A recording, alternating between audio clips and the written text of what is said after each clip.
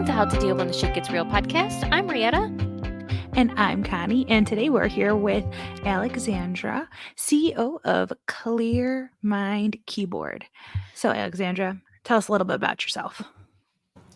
Hi everyone, thanks for having me here. So my name is Alexandra. I am a digital nomad, a project manager, and a recent co-founder of a mental health startup. Briefly about myself, I've been traveling around Latin America for almost 5 years. I've got a chance to work remotely from 13 countries and around 150 places. So on average, I stay in between 40 to 50 places a year. Wow. That is And all amazing. that while working remotely, leaving some jobs, being unemployed, and just discovering the world. Yeah. That's awesome. Something I didn't think. I'm sorry, Connie, go ahead. I was going to say, is it difficult to pick up and move to like all these different places? Great question. Absolutely no. No, I'm just okay. used to that, and I enjoy traveling so much.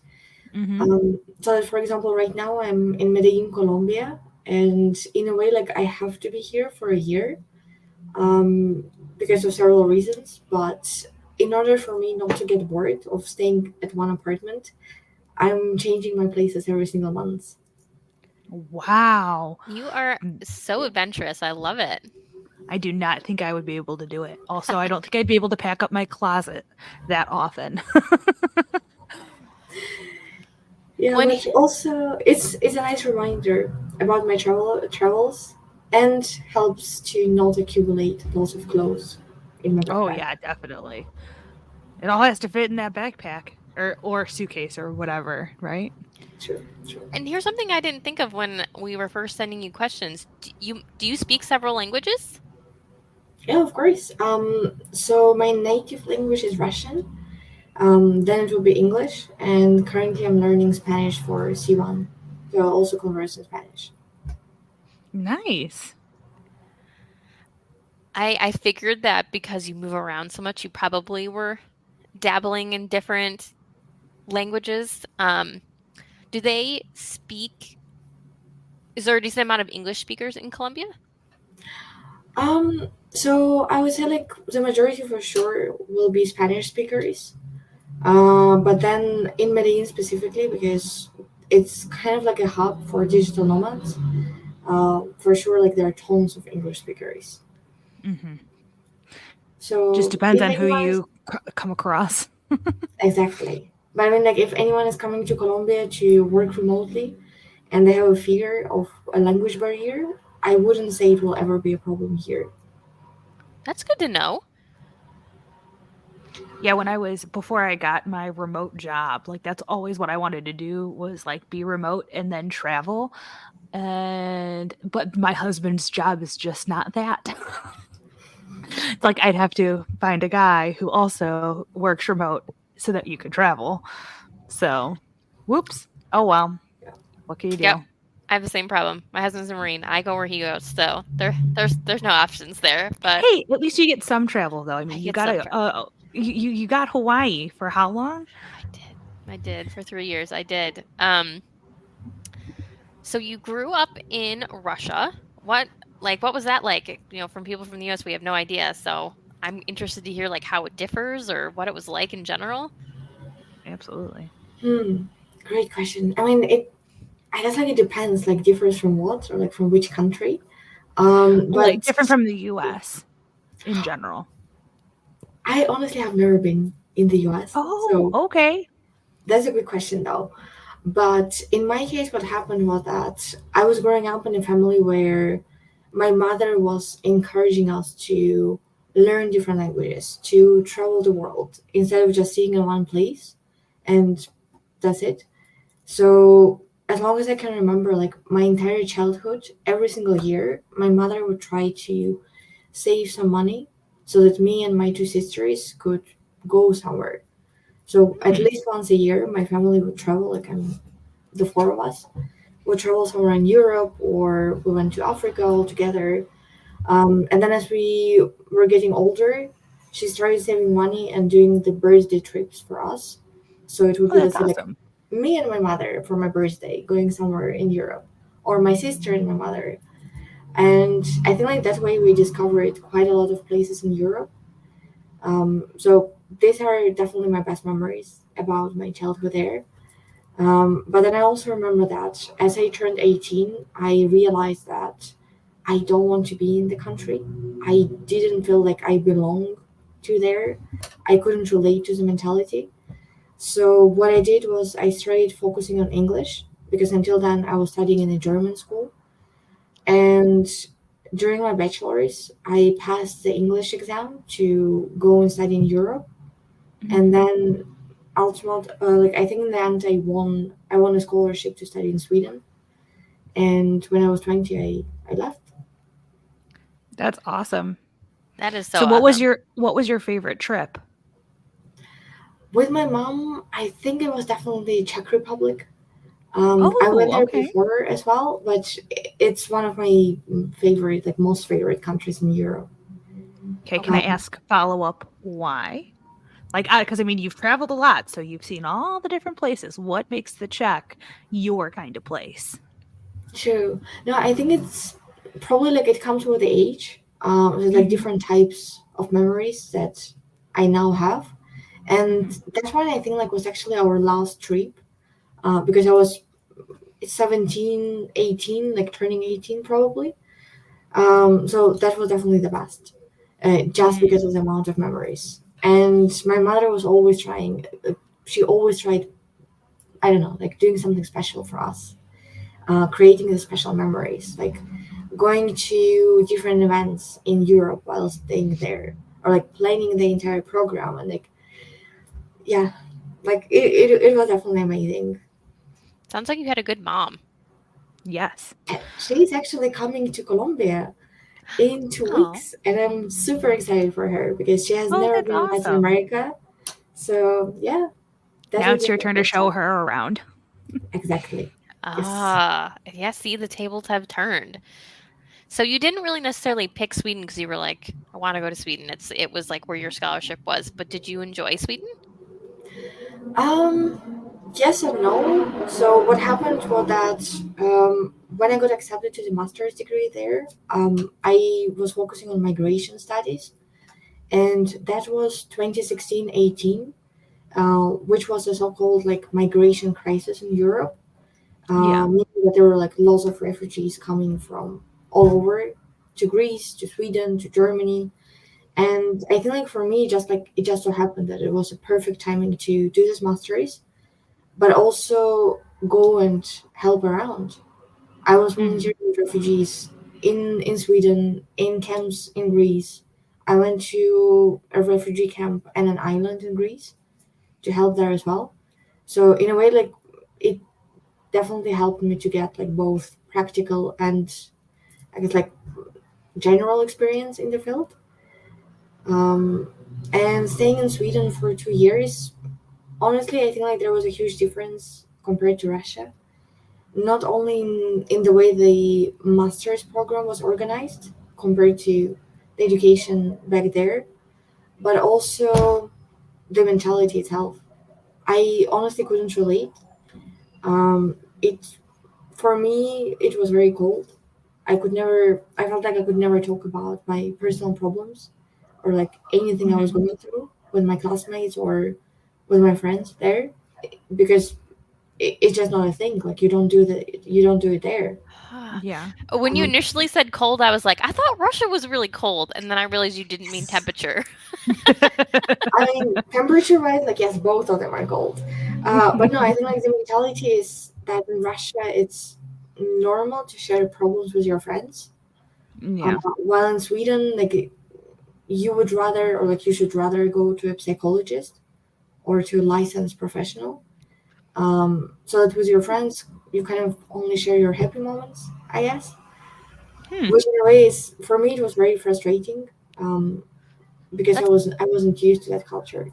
that's kind of funny. I would have assumed it would have been the Been opposite. flipped. Yeah. Same. I don't know if it's just the way like Russia's portrayed to us. I don't know. Like I feel like it would have been And the Sweden is opposite. in Sweden is always portrayed as like real advanced, you Yeah. know. I mean, it is advanced, 100%. Yeah. To the point that they're like, there are so many things created by human for human that you literally don't need to do much. You just live your life there. So in that case, yeah, it is very developed. Hmm. Interesting. See, already learning things. Already learning things. So is that So how? then Oops, go ahead, Connie. Go ahead, I Connie. think we're actually about to ask the same question. So how did I was going to ask, so you went to Sweden. So how did you decide to move to Mexico as your next place to live? So in between Sweden and Mexico, I've managed to get a job in Greece. Hmm. So I worked there Oh, for a I love year, Greece. and I literally remember that after almost a year, I went on a vacation, which was a hiking trip in Armenia, and I think like staying in the nature for 2 to 3 weeks made me realize that I'm too young to have this stable career, this predictable life, and an office job. So that when I came back to Greece and I came back to the office, and back then I was helping to manage a team of, I think, like 40 to 45 specialists, I was horrified. When I entered my apartment, my first impression was like, oh my God, it's like, what am I doing here? You know? Hmm. Because I think like I was 23. I knew that I was about to get promoted for the second time. And I had like, I guess like literally everything that you can imagine. The only thing that was missing was find a husband, get married, and have children. That's it. Hmm. And in my head, I was like, that's not what I want. Yeah. In between all my studies and work, I never had time to actually like think, you know, like what do I want for my life? Hmm. So I think like 3 weeks down the road, sitting in the office, it came to the point that it became a torture. Like I was counting every single minute until the end of my workday, and after yeah, I think like 2 to 3 weeks, I just had to tell myself that I can't do it anymore, regardless of how scary it would have been or like it was to take the next step and just resign. I was like, it's better to resign at this point. Yeah. Um, so that's what I did. It took me one day in the end to make a decision, buy the tickets, and come on Monday to my manager and just quit. Hmm. And that's how I ended up in Mexico. I bought a one-way ticket from Greece and just went there. I love how you're so out of the box. Like you said, everybody is kind of just checking off things in life, like Hmm. go to school, get married, have children, and you're like nuts to all of that. True. Yeah. I mean, I think what happened initially was that ever since I left Russia, it was already something of like questioning the traditional path because I didn't want to stay in the country. Hmm. And then in Greece, it just escalated. Uh, You're like, Plus wait a all my minute. fears. Like, yeah, like I'm too young. Like, no, that's not what I need. Yeah. So, yeah, And everybody is starting to like question that normal getting married, having kids, working a 9 to 5. That's why it's so difficult to find workers because people won't just settle anymore. yeah. I think like some people for sure. Like honestly, until now, I think like one of the main questions that I'm being asked, even by digital nomads, remote workers, travelers that I meet here, is, am I planning to settle down? When? When am I getting married? And until now, I don't have an answer. Like Hmm. I think I'm perfectly fine the way I am. Yeah. And you don't need an answer. You clearly are having a wonderful life. You're traveling, you're doing all these amazing things. I know who I'm going to call when I need to travel. So, She'll have all the tips for you. yeah. Um and you did get sick though while you were in Mexico. So what happened? Yes, so I think it was a timing first. Like initially when I arrived to Mexico, it was October 2019, so literally a few months before COVID. And during COVID, I got hospitalized with other, I guess, like health related issues. So I've got a blood transfusion, Oh my and goodness. like it wasn't COVID still. I think like until now I actually did not have COVID, which is a bit weird. Because I was staying at hostels for more than a year during COVID, after COVID, and sometimes nowadays as well. But yeah, I got hospitalized. I was sick, and I think like for 2 months or so. Like I hardly could walk. I couldn't leave the house. I was very, very weak. And then it was still the pandemic. So after COVID, when or like almost after COVID, when the borders, at least like between the states in Mexico, got opened, I was able to move to another state. Because again, like I was very tired of staying in one place, um, settling down again. So yeah, Do and they do you know like what you were hospitalized with? Like did they ever give you a diagnosis or were they just like, you're sick. Don't know why. no, Bye." no, for sure. I knew. So I was. I don't even know how to say it correctly in English, to be honest. Um, let's say it's the topic of women health. Like I was losing a Mhm. lot of blood, and Oh, the okay. doctors just couldn't stop it for 3 weeks. Oh, Wow. so So it it just was took getting them that long to yeah, figure it out. yeah, Wow. Gotcha. Well, no wonder you needed a blood transfusion then if you're just losing blood and they don't know why or from where. yeah. Cheese and grapes. Um, but yeah, I think like because of that, like obviously the treatment wasn't something free, right? And then my immune system was undermined, so I had to get like lots of pills, lots of supplements. Because of that, my budget went from something to almost zero. Oh my So gosh. the moment I started recovering, I think like I started searching for any job, and I think like I was very lucky because literally during the first months of searching and like not publishing anywhere that I'm open to work, like on LinkedIn or somewhere else, I've got a job, and I Wow. stayed with that company for almost 2 years. So I was able to, I guess, like save a bit of money to continue traveling. And a few months later, I continued traveling through all the countries. Love it. So, how did you end up creating a ClearMind keyboard? So that happened recently. Um, I think like I actively started working on it 3 months ago. Mhm. But initially, I've met one of the co-founders actually here in Colombia during the first time I stayed here, and then he introduced me to our second co-founder. So we are the team of three. Uh-huh. Um, and last year we were brainstorming as to what we can do. Because one of my co-founders, Wesley, he's from Brazil. He has been working on the AI algorithm in the mental health space for almost six Oh, years now. wow, that's awesome. And me and my other co-founder, Jobo, we were thinking like, what can we do with the algorithm, right? Like we have, like Wesley has this algorithm, like what then? And yeah, it was a constant brainstorming for I think like a month or 2 months, and then we came up with the idea of an app. And I think like the next step for us would have been to approach Apple or Microsoft to ask if we can integrate the AI into their keyboard. But because these companies are so huge, it would probably have taken us like years to get a response. So we've just decided to build the keyboard on our own. Oh, wow, that's cool. That's awesome. Yeah. So I've known both of my co-founders. So I've known Jobo for 2 years, and we've traveled together for quite a while. And yeah, basically, like I guess like that's how it all started. That's great.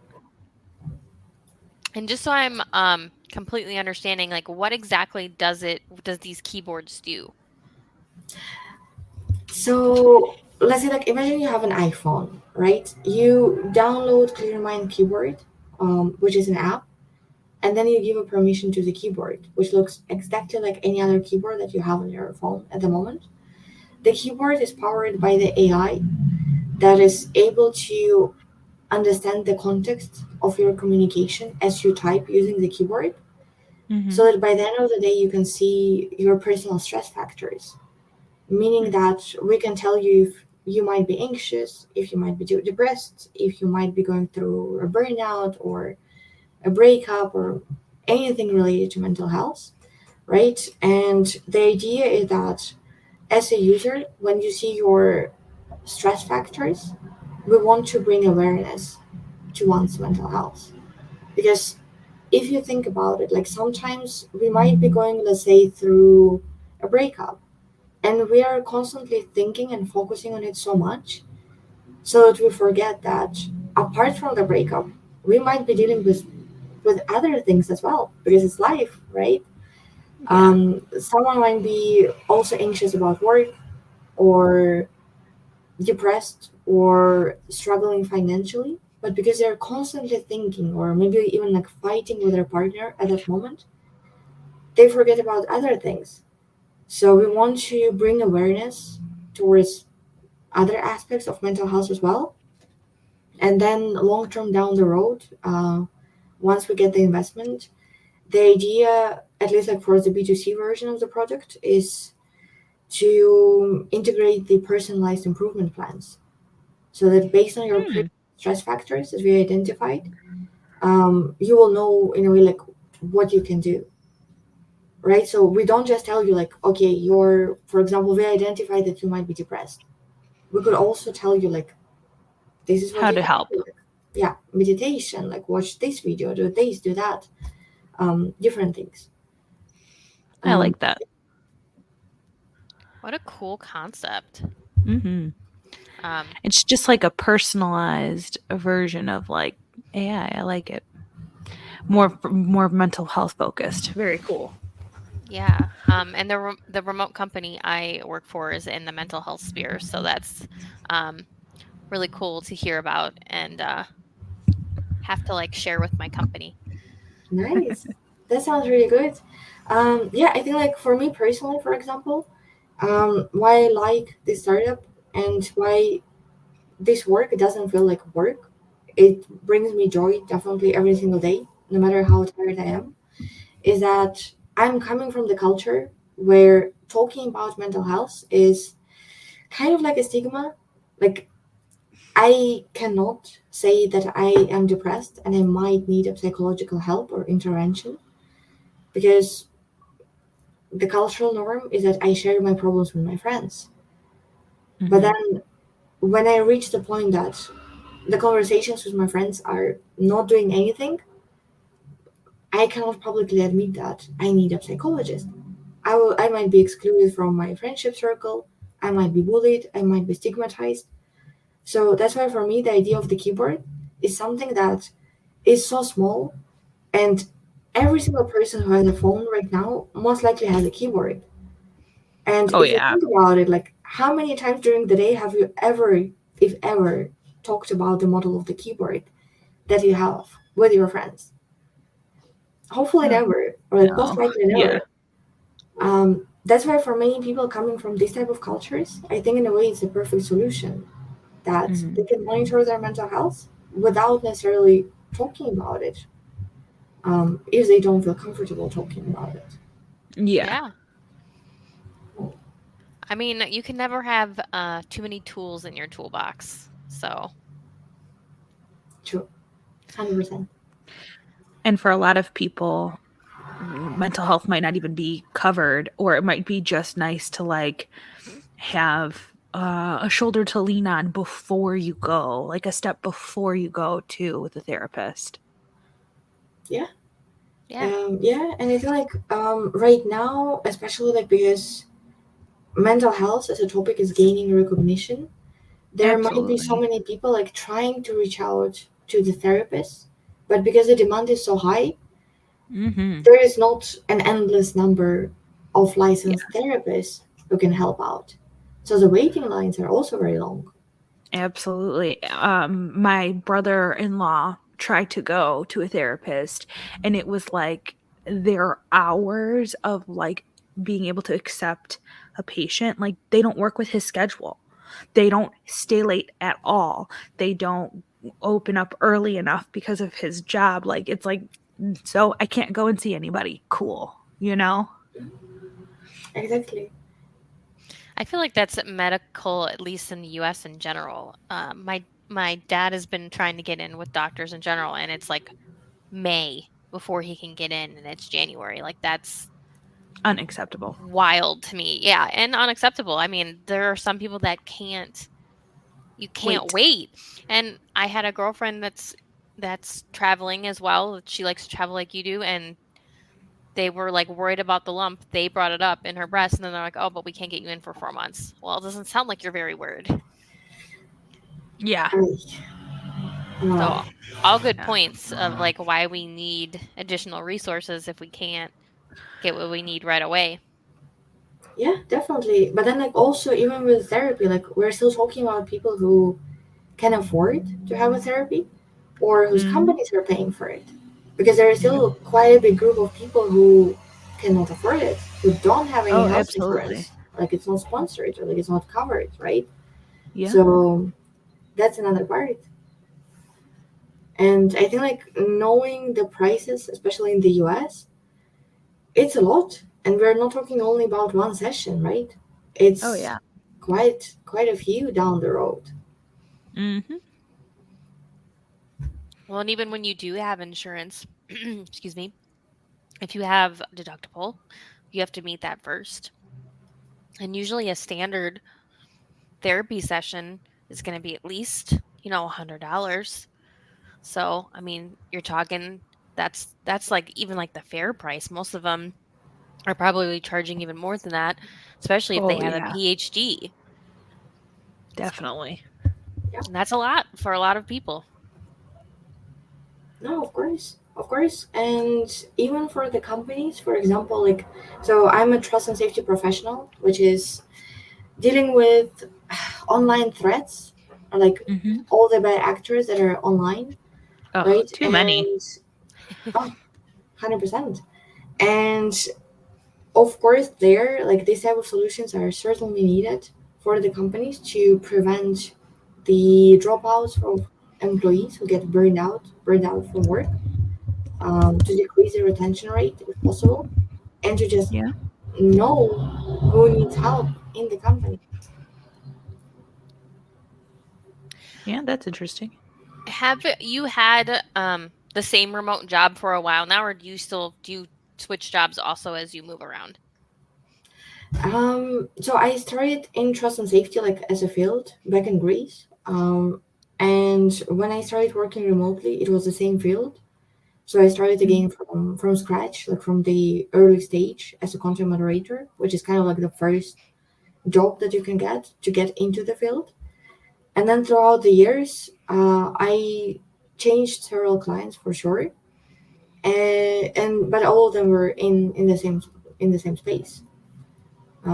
So I think, like, in the past 4 years or so, I was unemployed several times, um, simply because I would resign when the work would really start feeling like work, like what happened to me in Greece as well, or where I would feel that I no longer grow professionally, like it Mhm. wasn't satisfying anymore.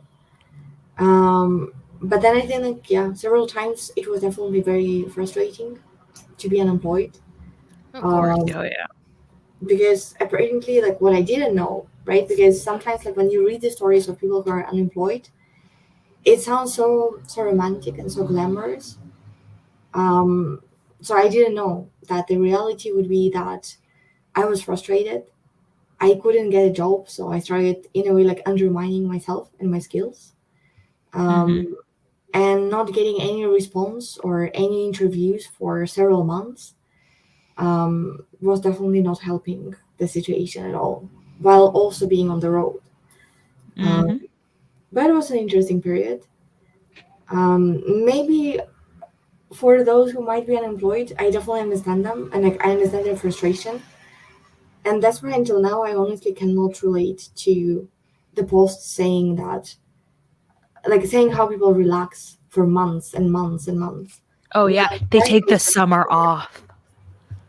yeah, it's like I've heard Sure. people being like, "Oh yeah, I got laid off. I'm going to take the summer off. I'm going to start looking for a new job in the fall." I'm like, must be nice. Like I don't think I would ever be able to do that, but good for Mm-mm. you. Yeah. Since you do relate to people that are like unemployed and struggling to find a job, do you have any tips for people that are unemployed?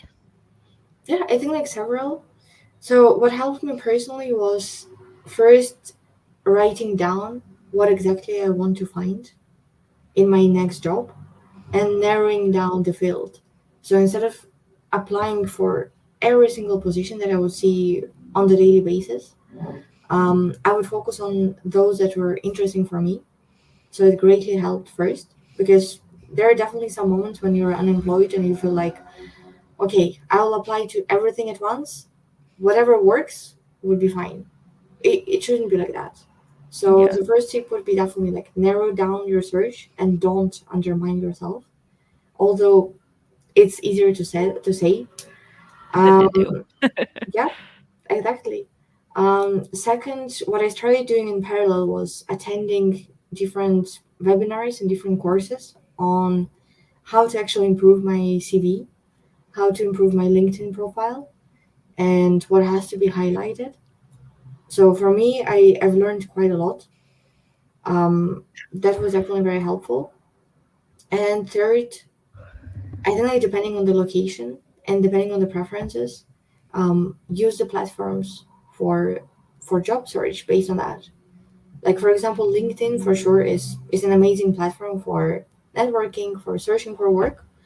But the main drawback is that because it's so popular, the competition is very high.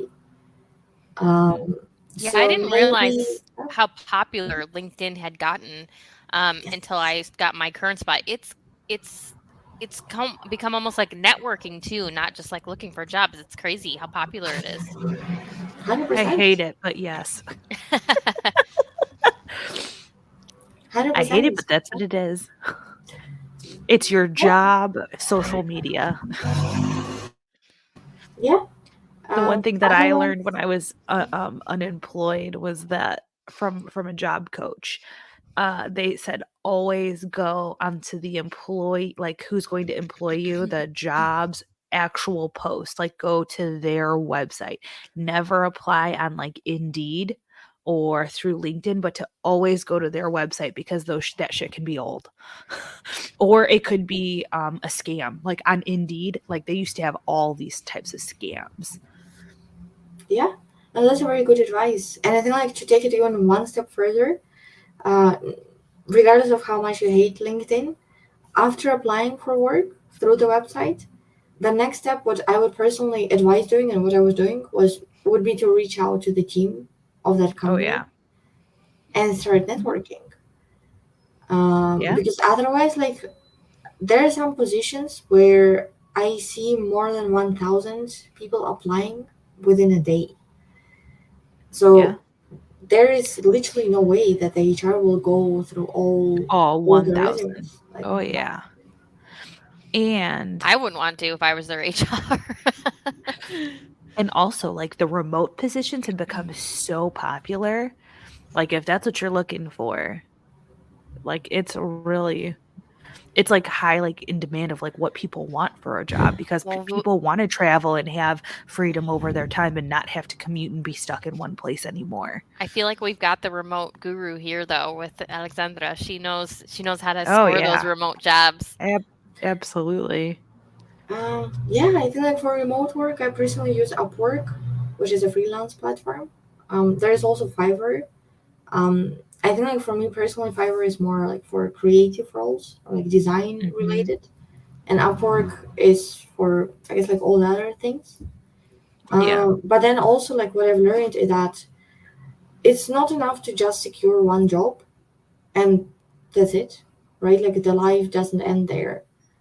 Throughout the career, like every single year, like throughout the year, I still keep on learning. I keep on going through trainings. I keep on obtaining different certificates so that I can keep on adding them in my profiles, like both on LinkedIn and Upwork. So that Absolutely. if there is again a moment that I'm unemployed, I can stand out on the market. So that would also, I guess, like one of the things that I could recommend. Yeah, definitely. Is there anything else you want to add to our podcast and to tell our listeners? I guess it depends. Like, what would you like to hear? Otherwise, like, I can certainly talk about travels. Like, Anything that you would want to talk about, anything you would want another person to hear from you. We definitely love all the travel stuff. We are here for it. Yes, absolutely. Ooh, um, favorite food. All the countries that you visited was like the best food that you've ever had. Come oh, on. I'm like such a foodie. I've been watching way too much Gordon Ramsay lately. Sorry. no, that's a hard one. Um, I would say in general, avocado. Yeah, anything with avocado on it is delicious. Everything. I mean, guacamole in Mexico, Oh, coffee with absolutely. avocado smoothies, uh, Oh, yeah. any food with avocado. And here, most of the food will go with it. So everything. I love Um, that. I think like partially that's why it's a logo. It's a logo of my startup, and it's one Yeah. of my tattoos. Yeah, Yum. I love it so much. I do love avocado on a burger or a chicken sandwich. Always makes it. That's a nice combination. Yeah. Yeah. You should try also oats with avocado. Really Oh, Ooh. good. that's interesting. We're just gonna start putting avocado on everything. Yeah. And now all I have stuck in my head is avocados from Mexico. It's just on repeat right now.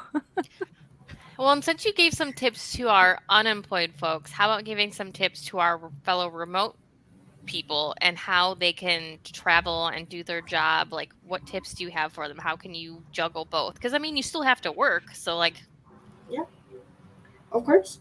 Um, so I feel like right now, in a way, I try traveling a little bit more strategically than before, simply because I realized that because of the nature of my work and the amount of meetings I have to do during the week, I have to have a stable Wi-Fi.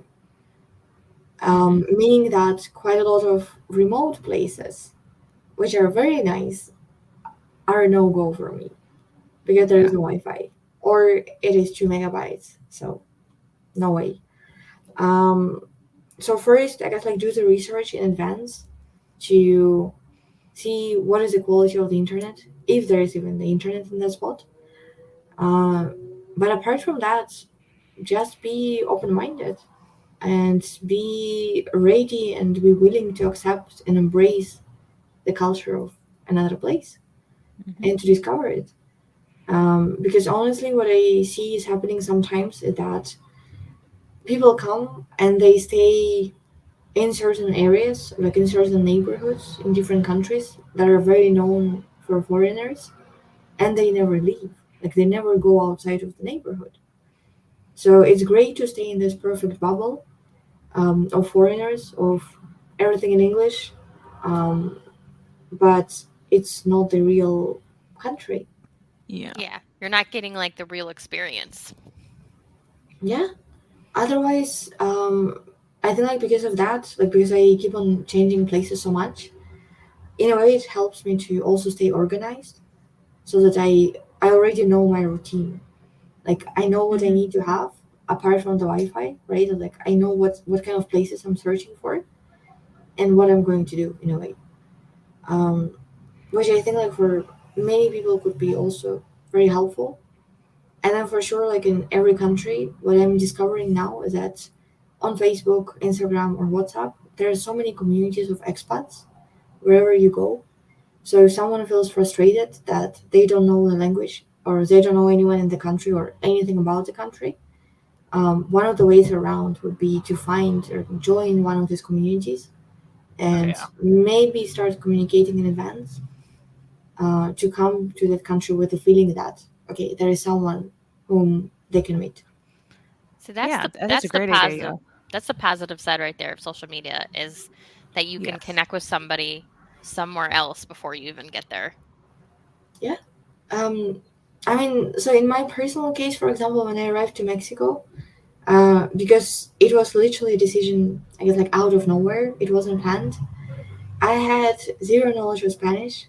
I was actually replying in Greek for the first 2 months, coming from Greece, right? That's I didn't funny. know anyone, and I had no idea what I'm going to do because it was the first time in my life that I was without work and that I was Mhm. traveling completely alone. Yeah. Um, but yeah, I guess like then I got to try it, and I really enjoyed it. Do you ever get nervous as a woman traveling alone? Honestly, no. I think like so far, I never had a feeling that I would feel scared or afraid or uncomfortable going somewhere. Okay. But also, what happened throughout these years is that, in a way, I've learned how to listen to my intuition and Yeah. fully trust Like, it. don't go down that dark alleyway, Connie. Like that kind of thing, right? Exactly, exactly. But also, my logic is that if you feel scared, if you don't feel comfortable staying in the country or in that spot, then why being Don't there? go. Yeah. Just Don't Yeah. just go. If leave, you're going to be right? afraid, yeah, for sure. Yeah, absolutely.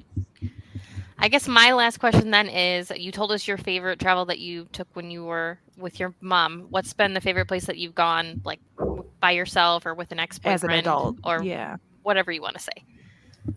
So I feel like my top three countries in at least like Latin America would be definitely Colombia, Brazil, and Mexico. So in all these three, I've been for quite a while, Mhm. and I feel like when it comes to Medellin, for example, it's my first time. So I've been here for more than a year in total already. Like it's my second year. Um, I would say like even 2 years would not be enough to discover the nature around the city Oh, Oh, because wow. wow. if someone likes hiking, there is so many trails. It's just impossible to go to all of them in 1 year. Love Um, it. I'm trying to hike twice a week, so like Saturday, Sunday. I haven't done even half of the local trails here, Love it. Okay. and I'm it's going to just have So it's me. Rietta's spot. I was going to say I'm adding Colombia to the list because I love to hike. So that's good to know. Yeah, and also for sure, like there is also the Caribbean Sea, right? Like you can just jump on a plane and like in 1 hour you're already on the beach. Love So it. I was totally expecting you to say like Greece or Switzerland or I don't know, something. I mean Greece for sure. Like for me, Greece is like my home country. I actually went to Athens, I think like 5 times during my master's, like within 2 years, until I Oh, yeah. migrated there for work. Love it. Simply because the moment I landed, and I went there for the first time to do the winter school there, I felt that I came back home, and I've never Aw. been there before.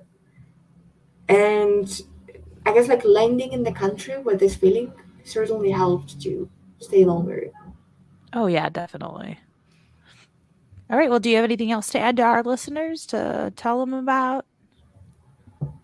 No, I think like we'll be happy to meet everyone if anyone decides to travel to Colombia. Oh, that's awesome. So you know who to reach out to. So this is How to Deal When Shit Gets Real, and we will see you all next episode.